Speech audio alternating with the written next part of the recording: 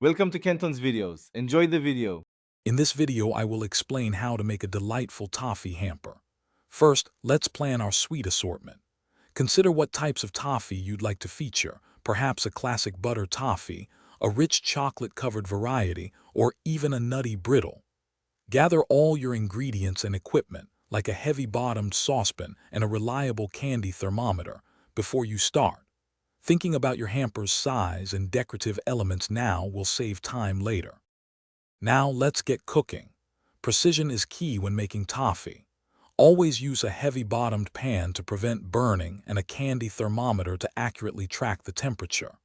Most toffee recipes require reaching the hard crack stage, which is typically around 300 degrees Fahrenheit.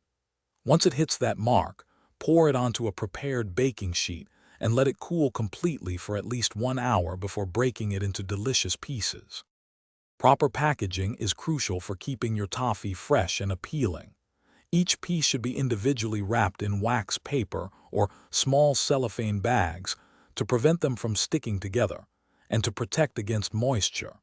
For longer freshness, place these wrapped pieces into airtight containers. Think about varying the shapes and sizes of your toffee pieces to add visual interest and texture to your final hamper presentation. Finally, it's time to assemble your beautiful toffee hamper. Select a sturdy basket or decorative box that fits your theme. Line the bottom with some shredded paper or tissue paper to create a nice base. Carefully arrange your individually packaged toffees, ensuring they are visible and appealing. Finish with a lovely ribbon, a festive bow, or a handwritten tag to add that personal touch, making it a truly special gift. Thanks for watching. Consider subscribing if we helped you.